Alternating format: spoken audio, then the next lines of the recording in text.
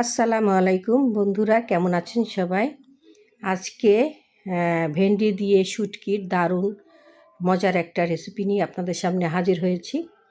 তো আমার ভেন্ডি তরকারিটা রান্না করার জন্য ভেন্ডি লাগবে। আর ভেন্ডিটা আমি কি প্রসেসে কেটে নিয়েছি সেটা তো দেখেছেনই। তো এখন আমি ভেন্ডির তরকারিটা বসাই দিব। প্রথমে আমি একটা পেস্ট তৈরি করে নিয়েছি। পেস্টটা হচ্ছে রসুন, পেঁয়াজ, কাঁচামরিচ এবং একটু টমেটো।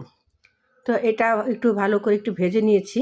তারপরে এর মধ্যে দিয়ে দিলাম শুধু হলুদ আর মরিচের গুঁড়া, সাথে স্বাদ মতো লবণ। এছাড়া আর অন্য কোনো মশলাই এর মধ্যে যাবে না, কেননা এটা শুটকির তরকারি। তো আমি এখন সব মশলাটা একসাথে ভালো করে একটু ভাইজা এর মধ্যে ব্লেন্ডারটা ধুয়ে একটু পানি নিয়েছিলাম, সেই পানিটাই দিয়ে দিলাম মশলাটা কষানোর জন্য। তো মশলাটা কষে আসলে এর মধ্যে আমি দিয়ে দিব বড় বড় দুইটা চাপা শুটকি।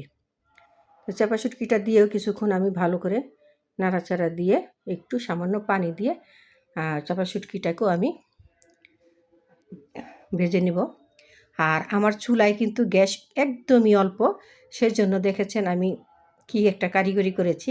এর মধ্যে আমি চটি দিয়ে দিয়েছি, দিয়ে এখন আমি একটু ভালো করে রান্না করব। যেহেতু একটু এটা কষানোর জন্য পানি দিয়েছি, এখন সেটা একটু ভালো করে কষানো হয়ে গেছে মশলাটা। এর মধ্যে দিয়ে দিলাম আমি সেই কেটে রাখা ভেন্ডি।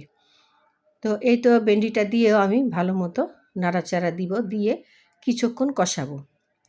তো এই ভেন্ডির তরকারিটা আমার কাছে একটু ভালোই লাগে, কারণ এটা ময়মনসিংহের আমার এক ভাড়াটিয়া রান্না করেছিল। তো সেই সময় দেখেছি এবং আমি একটু খেয়েছিও, আমার কাছে ভালো লেগেছে। সেজন্য আবার আমি এই ভেন্ডি তরকারিটা আজকে রান্না করতেছি।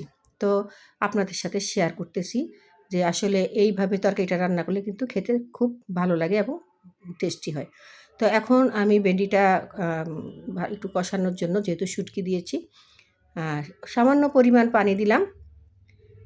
এটা ভালো করে একটু রান্না হয়ে যাবে, সেজন্য এখন আমি একটু নাড়াচাড়া দিয়ে ঢেকে রান্না করব।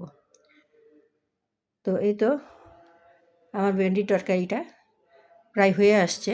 এখন আরেকটু নাড়াচাড়া দিব, আমি একদমই শুকায় ফেলব, এর মধ্যে কোনো পানিই থাকবে না। তো আমার এই রেসিপিটা যদি আপনাদের কাছে ভালো লেগে থাকে, অবশ্যই বাসায় ট্রাই করবেন এবং ভালো লাগলে লাইক, কমেন্ট, শেয়ার করবেন, সাথে একটা সাবস্ক্রাইব করে দিবেন। তো এই তো আমার তরকারিটা হয়ে গেছে। তো সবাই ভালো থাকবেন।